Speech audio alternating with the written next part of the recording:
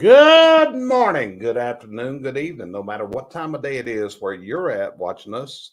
Welcome to another episode of the CVC Home Service Success Network, broadcasting to you live. Here it is on February 23rd, 2024. And I bring that date into play because right now is when so many people are getting their year-end numbers together. It takes a while for some people because it's just not building their systems to bring it up.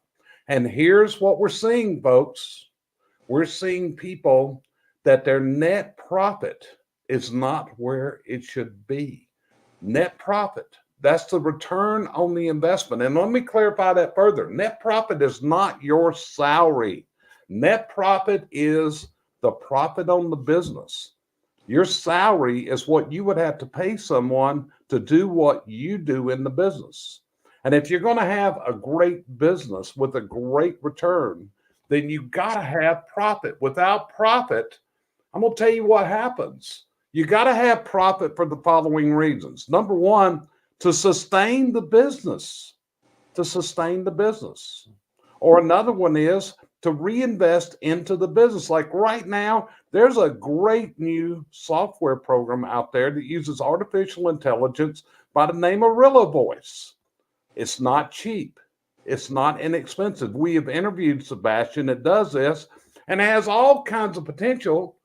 But in order to invest into this type of stuff, into the softwares, into everything you need into artificial intelligence, you got to have profit because you got to mitigate your risk. Let's face it, things can go bad. Employee compensation and retention. This comes forward also to meet your obligations.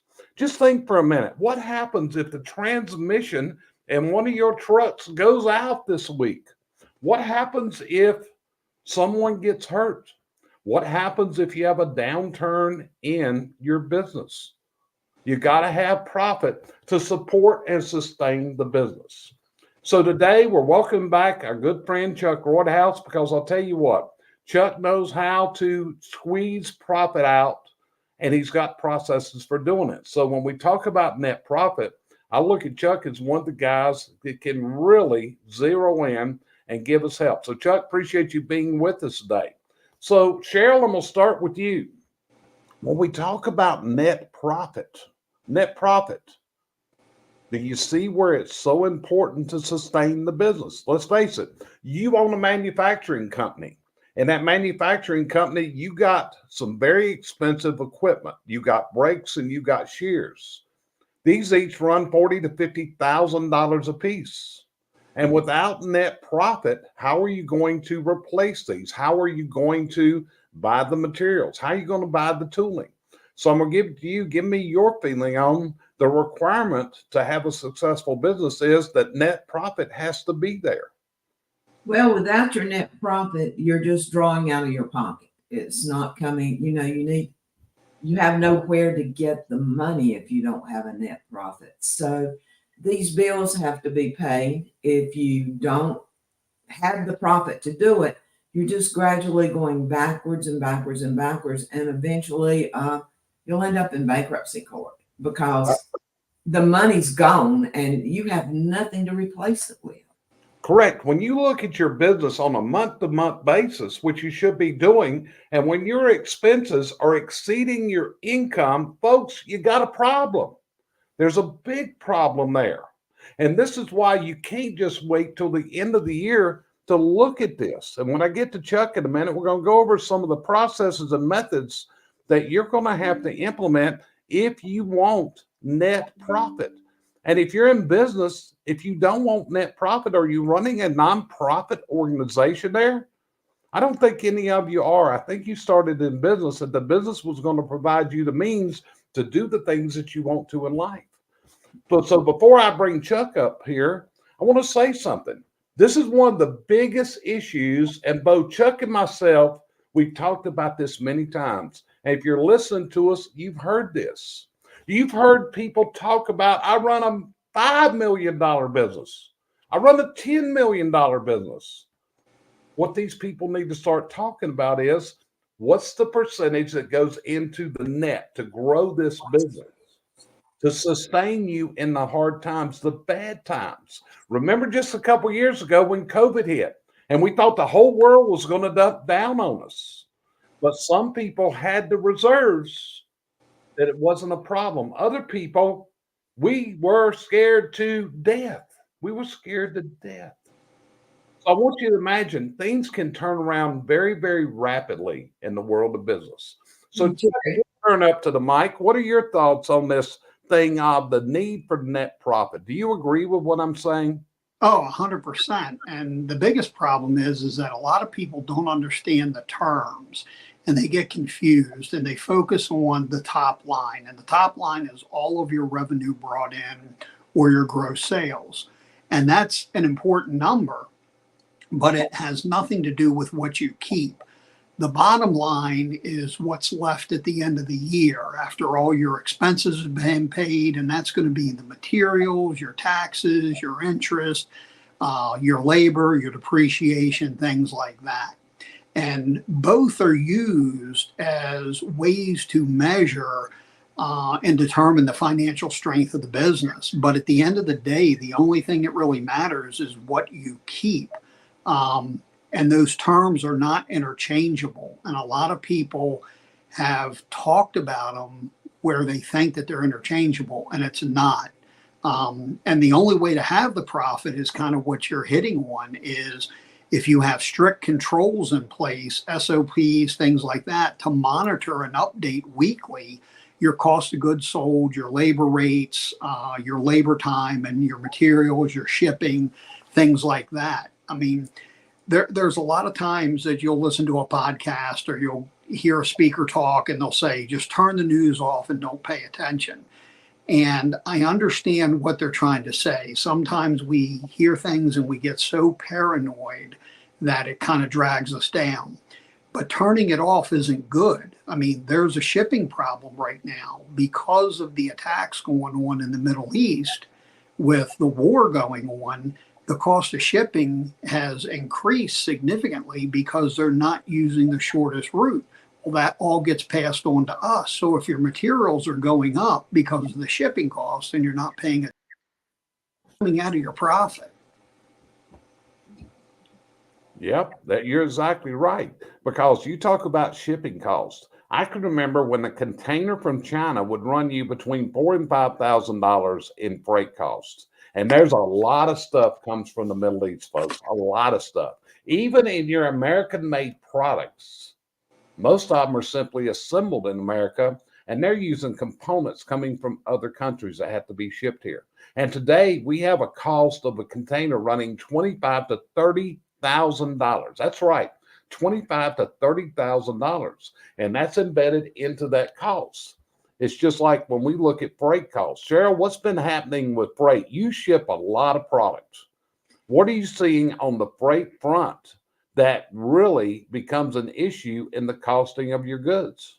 We're actually seeing freight that's doubling and some more because even you look at your freight number, but then they put a surplus thing onto it, basically the fuel cost. They add that on. So it's getting to the point that I think a lot of us businesses like me, if things don't change, you're only going to be able to deal within such a short radius because nobody's going to pay the shipping to get it there. Correct. And the other things that come into play are government regulations. When you look at it, Chuck, you were previously did business in the state of Maryland. The state of Maryland is a hard state to do business in. The things that you have to pay for employee benefits that are mandated in the state of Maryland, we ain't got that down here in North Carolina. It's a tough state to work in. When I look at California, same situation. If we look at it, and I don't want to be political here, but let's look at the state of New York and how political maneuvering makes the cost of business rise drastically. We also have the issue of we have an onslaught against the use of natural gas in homes. Washington State, they just enacted new legislation in Washington state that's going to affect our profitability. So Chuck, what you're saying, ignore the news. Don't do it. You've got to see what's happening out there because it's going to affect you. So Chuck, back to you. How do we do this? What does the business owner have to do? I've got my ideas I'm going to share if I don't see you include them, but I'm going to go to you. What do you tell people that don't see the net profit?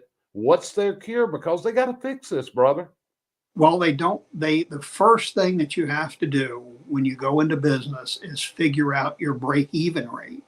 And that is all the things that it's going to cost you to be in business before you roll out of the driveway to go to the first customer's home. So you have to really write that down and figure out what is a list of everything you need. So it's going to be materials, labor rate, it's going to be insurance, workers' comp, liability, vehicle insurance, what is the maintenance on the vehicle? All those things go into that recipe to decide what it costs you just to break even. And then you figure out how many billable hours can you sell in a year, because we don't work 24/7. There's a certain amount of nights, weekends, and holidays, depending on your service area. The average in the United States for a service business is 200. Some parts of the country, you might only have 180 days you can work if it's in an extreme cold area. So those are all things that have to go into play, and figuring out what it is. Once you know what that is and you have that number, that doesn't make you profitable. That just means that everybody has a salary and they get paid. So then you have to figure out, what do you need to add on to that, or what is your profitability multiplier in order for you to have enough money to sustain the business. One of the things you were talking about, I experienced firsthand. I also used to own a landscaping company.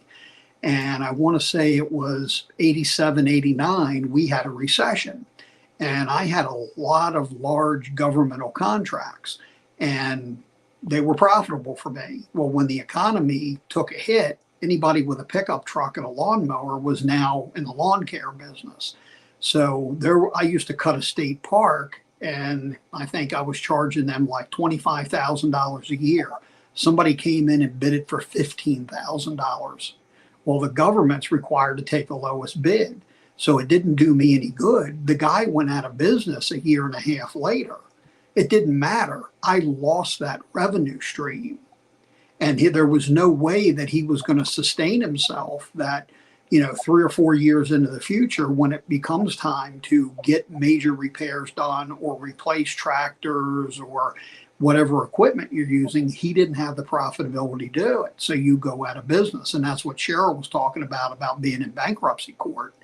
So, when you're in sort of a black and white situation where you put out a bid and, we'll just say $25,000 was a fair rate, and somebody comes in for 20 or 15, well, then you've lost that client. It doesn't matter what happens. It's the same way with employees.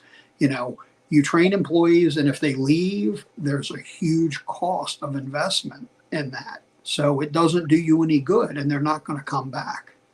Yeah, you're dead on the money. You hit employees. And in our studies, we're looking at spending $20,000 or more to train an employee, just to train them. And if you can't retain them, that's money that just walks right back out the door. And that's what we commonly see so often in business. And in today's world, and Cheryl interviews people all the times, the demands of what people are looking for is getting really out there. Like she has interviewed people for prime occupations, operations managers, general managers. One wanted so much time off in the fall. I mean, Chuck, how would you go if a guy wanted 3 weeks off in the fall in a chimney service business? What would be your answer? Yeah, it's not going to happen. It's just like the NFL. You don't take vacation after July, because you need to get revved up, and then training camp starts, and then you start the practicing, and then you go into your season. So unless it's an extreme emergency, death in the family or something like that, football players work from basically the middle of July until, hopefully they go into the postseason. So you need to explain and set that expectation that if you want to take vacations, you need to do it in the first, 6, 7 months of the year, because we start gearing up in August. Yeah. So Cheryl, you're dealing with people that you're looking to hire. Do you find that some of their, I'm going to call them demands, not requests, are getting out of line, and how costly these are to the employer? Well, one of the demands, I had one the other day, salary was, he had been making 25, but he wouldn't start a new job for less than 40. And so, and that was a no take. He was not going to take the job without it. Said he'd rather sit at home. And I think that's a lot of the problems with a lot of people right now.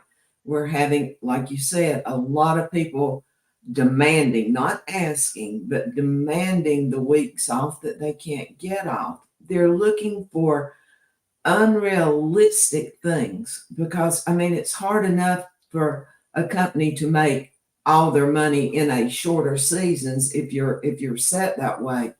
And if you've got people out, I mean, it messes up your bottom line, something unreal. Yes, it does. And one thing I want to bring up, and we've actually interviewed the guy that wrote this book on here. If we go back to past episodes, his name was Jeffrey Wolf. So Jeffrey wrote a book, and the name of the book was Perform or Perish. Cheryl, you remember interviewing Jeffrey? I do. Very good interview. So what this is the story of, and I want you to think about this for a minute because I actually used this the other day in meeting with some mid-level managers. Imagine your company is owned by a large corporation, okay? And they're looking at this. And the thing you got to remember is this large corporation, they're looking at a profit. They're not owning small companies just for the sake of saying, hey, I own these companies and we're billing out $200 million a year. They're looking for a return. So we had this one small company that was in here. It was a manufacturing company. And the corporation looked at it and said, hey, we're not getting the results. So in 30 days, we're closing you down. We're stopping operations unless you can turn this in 30 days. And this company did it. They did it. And see, this is what I often see. People don't take action until they're up against the wall. They really don't. They're in pain. And that's when they take action. So Chuck, Cheryl, here's a couple things that I think are of utmost importance out here in the businesses that we work with. Number one is job costing. You got to be able to make sure that each and every job that you do is profitable.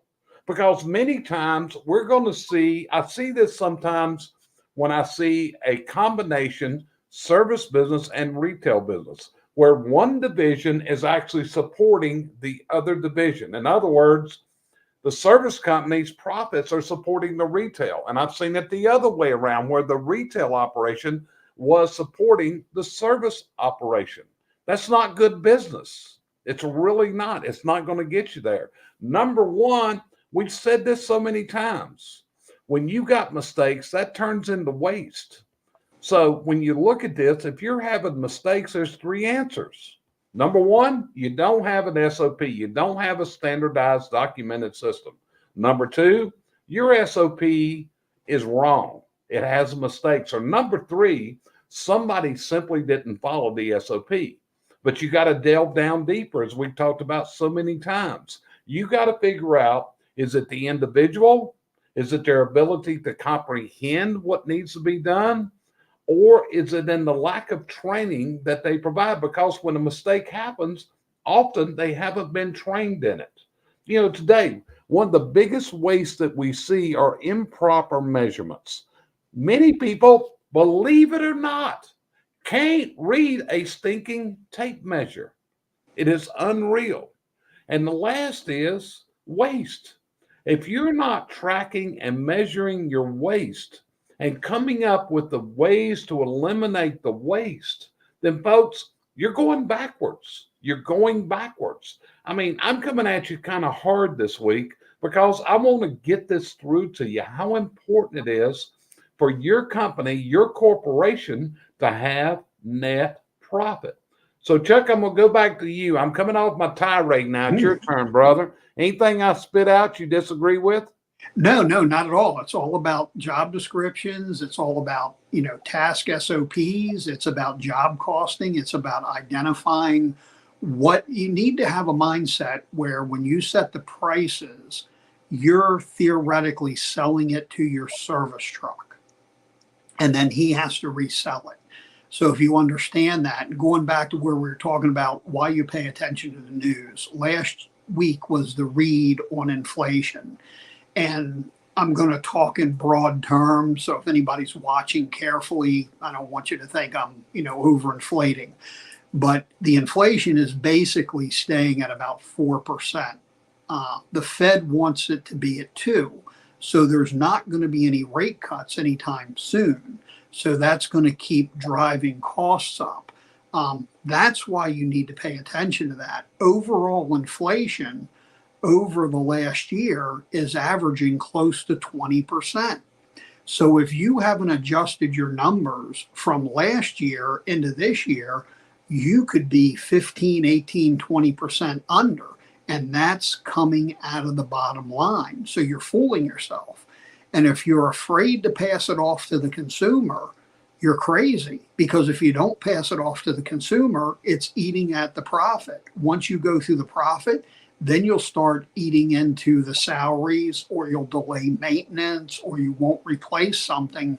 And then that starts the death spiral of a snowball that you just can't stop going down the hill. That's why you've got to understand paying attention to the job costing and understanding where that goes to the bottom line. When a bank or a buyer looks to either lend you money or buy your business, they're looking at what is your net profit and what is your cash flow. And that's it. Okay. And then on what you're saying, like I said, you got to sustain it, because when you don't have profits and you're in trouble, you got two things you can do. Number one, you're going to be forced to pull the money from your reserves. Do you have those reserves? And if you don't, you're going to have a problem. And your next one is you got to borrow money. And when you borrow money, now you have the additional cost of interest added on. And in research done this week, the lowest I can find a credit line available is 6.2%. 6.2%. But here's what happens, Chuck. If you're not showing a good profit, the interest rate is going to go up dramatically. Dramatically. A lot of people don't understand this. It's just like if you go and you want a new car, your credit rating is going to determine your payments. And it's the same thing. And I see companies, Chuck, that have gotten in trouble. And what they do, and I don't know if you get these, Chuck, but I get them like 2 or 3 times a week. Got one this morning. I got a phone call. Hey, we have funding for businesses like yours. Really? I don't want to talk to you. I don't need your stinking funding, okay? I don't need it. I don't want it. But the last thing I want to do is have somebody that's a telemarketer offering me funding, because, folks, I'm going to tell you what I've seen happen. I've seen interest rates go as high as 36%. You hear me right? 36%. I've seen people that have been in so deep, Chuck, that the finance company makes a weekly draft from that company's checking account, because they now have access. The only way that they could get that credit line, they had to give the finance company access to their bank account, where the bank is going to pull the money every Wednesday. Every Wednesday, you got $2,000 to $4,000 that's disappearing from your account. I see a lot of people, Chuck, that their credit is so bad that suppliers don't have a credit card with them. They don't honor a credit limit with them. They have their ATM card to where the supplier automatically deducts every week the bills. Every time there's an order placed, comes straight out of your bank account. Folks, this is scary stuff. Just imagine you think you got X amount of dollars in your bank account, Chuck, and one day it's not there. How do you feel? Yeah, that's going to be very distressing because that if that hits on Wednesday and Friday's payroll and you don't have the money, now all of a sudden you're not paying people. They're not going to show up on Monday. Correct. Cheryl, what's that make you feel like? I mean, people, number one, now they don't use checkbooks to amount to anything. It's all automatic drafts. And a lot of times you're not looking at those as to when they're coming out. So you're overdrafting. But yeah, it's scary. It scares me anyway to give out my banking information to anybody. But nowadays with most people, it's a forced field. It is. Now, there's another side to this, which is to your benefit. Let me give you a couple of advantages, okay, of building up the reserves. Number one, how are you going to fund big jobs? This is one that kills people. We're out on a big job. Well, guess what? Your people need to be paid every week, every 2 weeks, whenever you're paying them, and no money's coming in. So what it's saying is, this is where it gets down to self-funding the business because you got to fund it.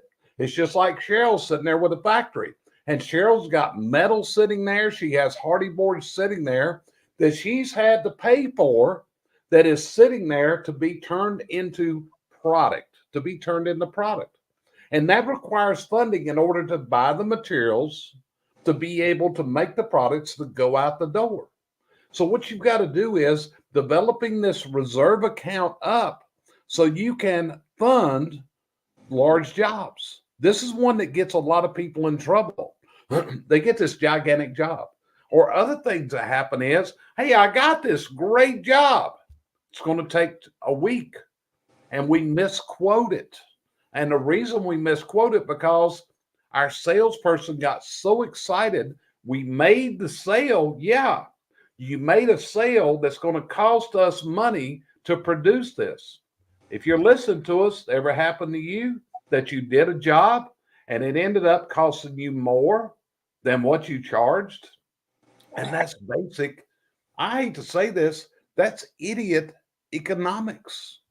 That's never going to take you where you want to go. So, Chuck, I believe that a company should be able to cover its expenses, including the owner's salary, and still make a 15 to 20% return on the investment in the form of net profit.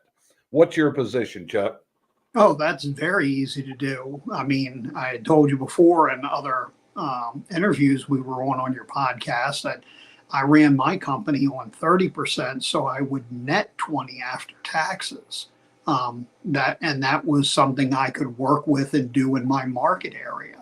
So I wrote up a couple of little scenarios to make people understand because sometimes numbers confuse people. So if you had $1 million company and you set your profitable multiplier to give you 20% gross profit, you'd have $200,000 after everything's been paid, taxes, and you'd keep about 134 of that. Now, if you had a $5 million company and they were running at 10% profit, they would have a gross profit of $500,000. After taxes, they'd keep approximately 335. So that doesn't sound so bad. But if you had a $2 million company at 30% profit, that would give you $600,000. After taxes, you'd keep about $400,000. So you could run a $2 million company and keep $400,000, which is better than a $5 million at 10, 12, 13% is keeping $335. Even if it went up to 15%, it would still be under $400,000. So some of the reasons, people used to criticize me thinking I was anti-growth. I have no problem with growth if that's what your goal is, but there's hidden costs that happen at each step. One of the things you and I agree on is probably, at least in the chimney industry and some other similar services, probably the most profitable if all your cost containment and your SOPs are in place, is a 3 to 5 truck operation. If you've got 4 trucks going out there, you can really, really be profitable. But I call it the purgatory is when you start getting in 6, 7, 8, 9 trucks, now you need a bigger facility because you're housing more people. You have to have, a meeting room that's larger so everybody can be in it. Maybe now you need 2 bathrooms. Maybe you need a bigger office for more CSRs. There's nothing wrong with growth, but what does that cost? If you were working out of a 1,500 square foot building and that was good for the 4 truck operation, if you went to 7 and now your rent doubles or your mortgage doubles because now you have to be in a 3,000 or 4,000 square foot building, what does that do to your bottom line? Is it worth it? Now, if you want to be the guy that has 20 trucks out there, you've got to go through that pain point. And there's other pain points as you grow. So the question you really need to ask yourself is, what is the goal of this business? Is it to have a salary that you want, have the peace of mind, and have enough profit to do whatever it is your goals are? And if it is, you reverse engineer it, and that gives you the number that you need to work on. But just saying that I want to be like so-and-so that's running 15 or 30 or 50 trucks, I don't think they understand all the different things that go through there. Now, if you were working with me and you said, yeah, I've got to have 30 trucks, call me crazy, then I would say that we need to set up job costing to build up a very large surplus savings account. So when you get caught in the middle of that 7 to 11 trucks, we're not losing money. So then we can grow to that to jump to the 15 or 20 and eventually get the 30. But it has to be planned and it has to be forecasted. Yep, you're dead on the money. So it all goes back to knowing the numbers, not just at the end of the year. If you're only looking at your numbers at the end of the year, if you're not looking at this on a more regular basis, and I'm not even talking about monthly, I'm talking about barreling down the weekly and even daily. You need to know how your business is performing because it's all about the numbers. Call a business broker today and ask him, hey, how much is my business worth? And you know what he's going to tell you? It's all about the numbers. We got to run the numbers down, see where you're at, and then we can give you that figure of where it's at.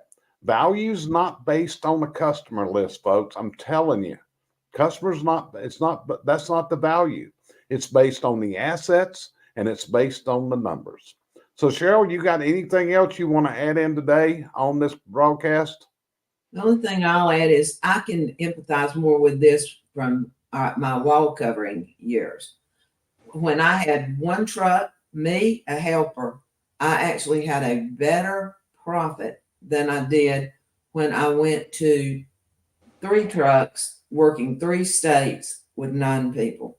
So people don't realize that, but it's a very true figure many, many times. Yeah. Chuck, anything you'll add in? Yeah, just to kind of bring it home, we all know of a $4 trillion business. And that sounds like a lot of money, and it is a lot of money. That sounds pretty good to most people. I do $4 trillion a year. The problem is they spend $6 trillion a year. So they're $2 trillion in debt. And that's created 30% inflation. And that's called the United States of America. I was getting ready to say, I think you're describing the United States government, what you just did. And see, that's the whole thing. They can print more money. That's what they do every day. They print more, they borrow more, they're deeper and deeper in debt. But I'm also going to share this with you. And I saw a guy say this morning.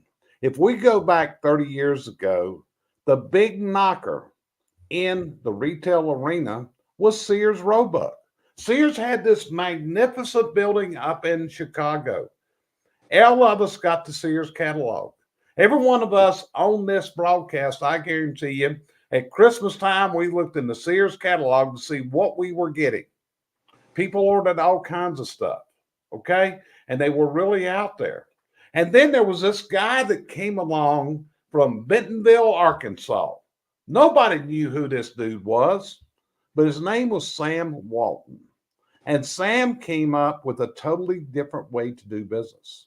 And the thing is, banks didn't want to deal with Sam. Sam had to do a lot.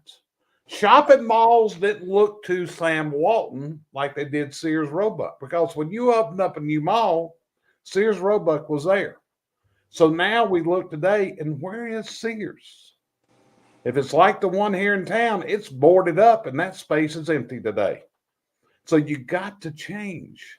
You got to be able to take an advantage of technology, the systems that are available today. It's just like I mentioned Rilla Voice earlier. Rilla Voice, I think, is the next level of putting a sales coach on every single job out there. I think it is fantastic. And Chuck, I'll guarantee you, if you were still in the business, you would have Rilla Voice on your guys right now. And it has the capability of doing so much, but you got to have the cash to invest into it. You got to have the cash, because with Rilla Voice, they want a year up front. And you can't blame them to get set up for it. They want to make sure that you're in it for a little while to make sure it works. So take a look at your net.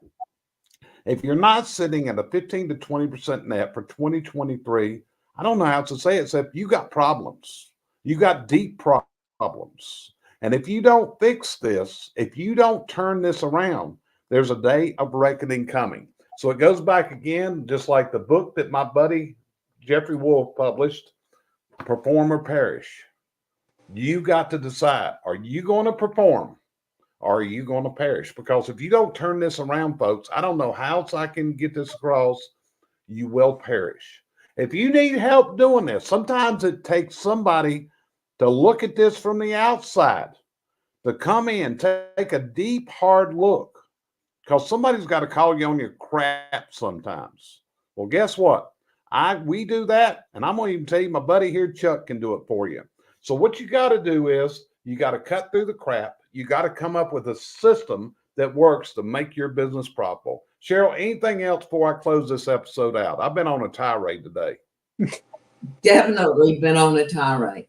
But yeah, everybody just take a step back, regroup. The year, I want to say it's just beginning, but we're already 1/6 of the way through it.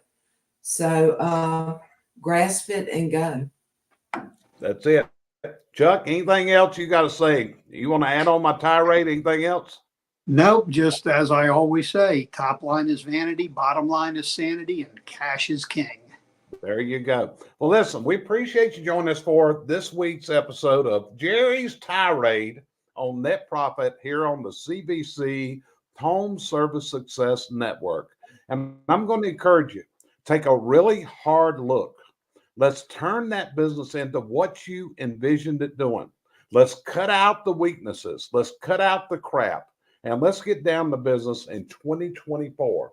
And let's make this business produce what it's capable of doing. And with that, we thank you for joining us today. It's been an honor. It's been a privilege. It's been a pleasure. And I thank you for having the patience to listen to Jerry's tirade today, because I just see this as wrecking so many people and preventing them from getting where they want to go. You know, Chuck, one of the things I'm going to add, I got a client, and a couple of years ago, I started working with him. And his dream was to buy a house in a warm climate. He closed on that house last week in a warm climate because he's from a very cold area of the country. And he wanted to go somewhere warm in the wintertime. He's still operating his business. It's there because he's got his systems together. We got his waste together. It took hard work to get there. But that's the kind of things that make me so proud to be able to help people get to their dreams in life. So join us every week here on the CVC Home Service Success Network. We try to provide you some good ideas, some processes. Yes, sometimes we go into tirades, but I don't regret this one. I don't apologize for it, because some people got to hear it really hard. So let us know how we can help you turn that business into the one that you dreamed of the day you started. And with that, we'll see you next week.